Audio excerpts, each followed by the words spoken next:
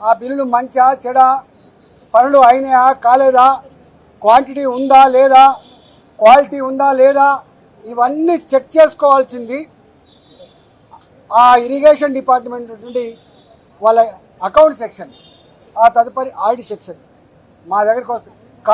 Kaleshwaram corporation కింద ఏ డబ్బులైతే ఉండనో వాళ్ళే నేరుగా పే చేసుకునే మాకు సంబంధం లేదు. బడ్జెట్ అలొకేటెడ్ డబ్బు అయితే ఉందో మా దగ్గర అలొకేటెడ్ డబ్బు ఉంటే తప్పకుండా దాని ప్రకారం బిల్లు పే చేస్తాం తప్ప దాని వాల్యూస్తో కానీ వాటితో మాకు ఏం సంబంధం లేదని చెప్పి కరాఖండిగా చెప్పడం జరిగింది. కానీ ఇవాళ ఎంత దుర్మార్గులు అంటే ఈ ఈటల రాజేంద్ర గారు పిలుస్తాండ్రు. ఏం పిలుస్తావు, ఏం పిలిచినా ఏముంటుంది? మా బతుకు చాలా ట్రాన్స్పరెంట్గా, మేము ఎథిక్స్ కోసం బతికిన వాళ్ళం, ప్రజల కోసం బతికిన వాళ్ళం.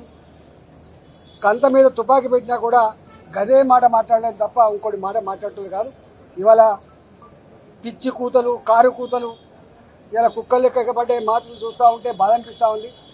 ఏది ఏమైనా తెలంగాణ ప్రజలు నిజమైన న్యాయ నిర్ణేతలు, ఎవడు తప్పు చేసిండో ఎవడు ఒప్పు చేసిండో వాళ్ళు నిర్ణయిస్తారు తప్ప ఇవాళ కొద్దిమంది బట్ట కాల్చి మీద చేసినంత మాత్రం ఇది అయ్యే ప్రసక్తి లేదు.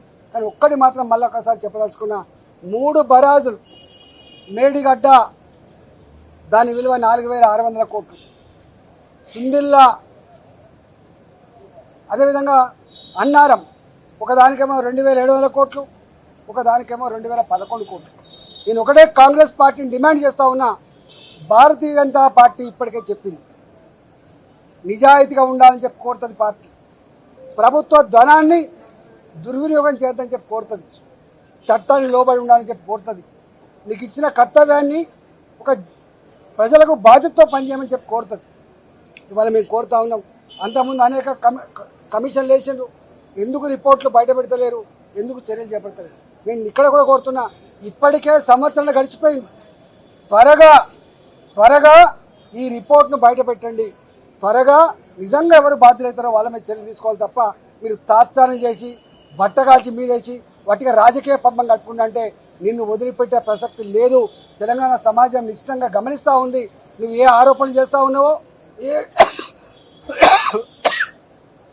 ఏ మాటలు మాట్లాడుతున్నావో, ఇవాళ ఆ మాటలకు కట్టుబడి, ఆ ఆరోపణలకు కట్టుబడి రేపు ఆ రిపోర్ట్ను బయటపెట్టు. రిపోర్ట్లో ఏం నష్టం జరిగిందో, ఎన్ని వేల కోట్ల రూపాయలు దుర్వినియోగం జరిగిందో, దానికి కారకులు ఎవరో, తప్పకుండా దోషులు ఎవరో శిక్షించకపోతే నిన్ను ప్రజాక్షేత్రంలో నీకు శిక్ష తప్పదని చెప్పి కాంగ్రెస్ పార్టీ హెచ్చరిస్తాం.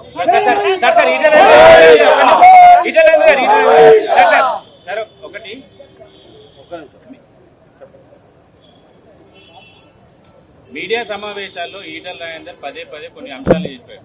కాళేశ్వరం ప్రాజెక్టు ముమ్మాటికి కేసీఆర్ తానే డిజైన్ చేసి తానే కట్టారు అని చెప్పారు.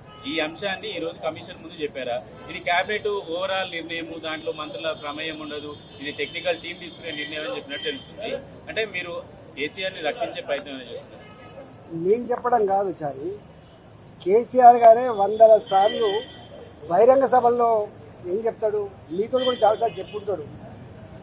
Brain child of KCR, Kaleshwaram project సృష్టికర్త కేసీఆర్ అని చెప్పి తాను చెప్పుడు, నేను చెప్పడం కాదు. మీరు కమిషన్ చెప్పారా మరి ఆ విషయాన్ని?